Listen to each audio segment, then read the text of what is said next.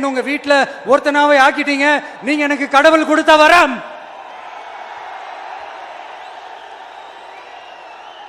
உலகம் பூரா நமக்காக நம்ம கூட நிக்கிற நம்ம மக்களை நான் எப்படி மறப்பேன்? நான் என் லைஃப்ல ரொம்ப உயிரா நினைக்கிறது பெண்களை, குழந்தைங்களை, இளைஞர்களை, உழைக்கிற மக்களை தான்.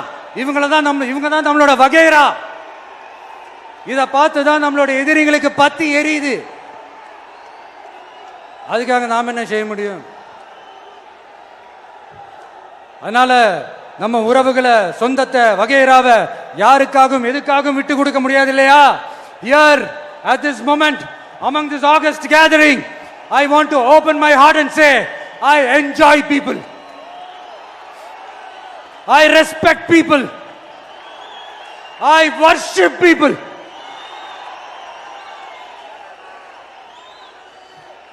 சரிப்பா, இவ்வளவு செஞ்ச நம்ம மக்களுக்கு நன்றி கடனா உன்னால முழுமையா செலுத்த முடியுமான்னு கேட்டா சத்தியமா சொல்றேன், என்னால முடியாதுதான். இன்னும் எத்தனை ஜென்மம் எடுத்தாலும் அந்த நன்றி கடனை என்னால தீர்க்கவே முடியாது. அப்புறம் என்ன மானாவுக்கடா நீ வந்திருக்க அதானே கேக்குறீங்க? மைண்ட் வாய்ஸ் கேட்ட மாதிரி இருந்து. வாழ்நாள் முழுக்க நம்ம மக்களுக்காக ஆதரவா துணையா நிக்கிறத தவிர, அவங்களுக்காக உழைக்கிறத தவிர எனக்கு வேற எந்த எண்ணமும் இல்லை. எனக்கு இப்ப வேற வேலையும் இல்லை. இனிமே எனக்கு இதுதான் என் வேலையே, என் கடன். இனி என் மக்களுக்கு பணி செய்து கிடப்பதே. இப்படியா ஹார்ட் டு ஹார்ட் யதார்த்தமா பேசிய பழகிட்டோம். இதுக்கு மேலேயும் எனக்கும் மக்களுக்கும் இடையே இருக்கிற அந்த உறவை பத்தி நான் பேச ஆரம்பிச்சேன்னா ஒரு மாதிரி எமோஷனல் ஆயிடுவேன். அப்புறம் அதை கண்ட்ரோல் பண்றது ரொம்ப கஷ்டம். அதனால என்ன மனசார நேசிக்கிற நம்ம மக்களுக்கு ஒன்னே ஒன்று சொல்றேன்.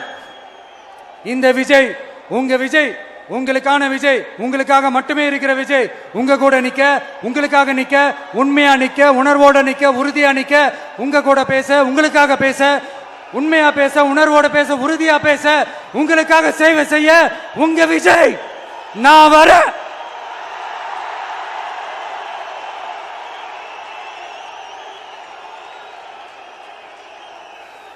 சொல்லல முக்கியம், செயல் செயல் செயல் தான் முக்கியம். செய்கை தான் சும்மா சிறப்பா இருக்கணும். நான் ஆட்சிக்கு வந்தேன்னா சும்மா அது செய்வேன், இது செய்வேன், நல்லது செய்வேன், உருட்டுவேன், புரட்டுவேன், அதெல்லாம் கிடையாது. செய்யறதுக்கு, நல்லது செய்யறதுக்கு, நல்லது செய்யறதுக்கு மட்டும்தான் இந்த விஜய்.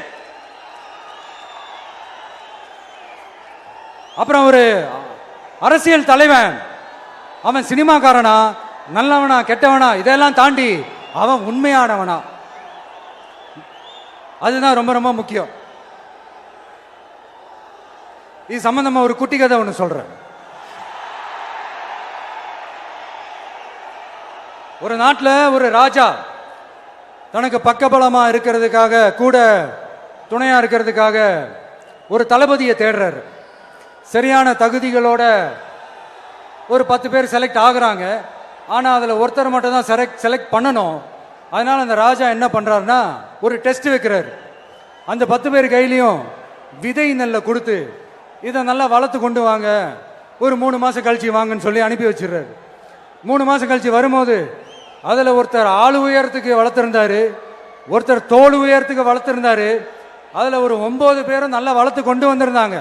ஒருத்தர் மட்டும் வெறும் தொட்டியோடவே வந்தாரு.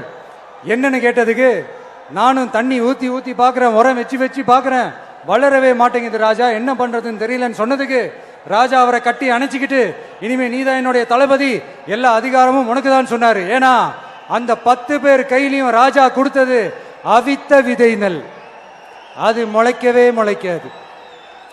அந்த 9 திருட்டு பயலும் என்ன பண்ணிருக்காங்கன்னா வேற விதை நெல்லை வாங்கி அதை வளர்த்துட்டு ராஜாவையும் மக்களையும் ஏமாத்திருக்கிறாங்க. ஆனா இவர் மட்டும் உண்மையை போட்டு உடைச்சிட்டார்.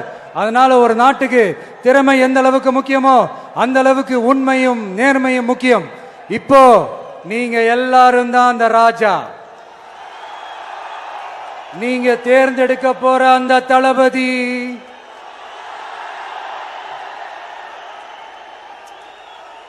சும்மா சினிமாக்காரன் சினிமாக்காரன் சினிமாக்காரன். அம்பேத்கர் அவர்களை தோக்கடிச்சது சினிமாக்காரன் இல்ல, அரசியல்வாதி. காமராஜர் அவர்களை தோக்கடிச்சது, இங்க விருதுநகர் பகுதியில் தோக்கடிச்சது சினிமாக்காரன் இல்ல, இன்னொரு அரசியல்வாதி. இன்னைக்கும் நம்ம கூட வாழ்ந்துட்டு இருக்கிற நல்ல கண்ணு ஐயாவை தோக்கடிச்சது சினிமாக்காரன் இல்ல, அரசியல்வாதி. இப்படிப்பட்ட நல்ல நல்ல தலைவர்களை எதிர்த்து நின்று தோக்கடிக்கணும்னு அந்த எண்ணத்தை உருவாக்குனது சினிமாக்காரன் இல்ல, அரசியல்வாதி. அதனால எல்லா அரசியல்வாதியும் அறிவாளியும் கிடையாது, எல்லா சினிமாக்காரனும் முட்டாளும் கிடையாது.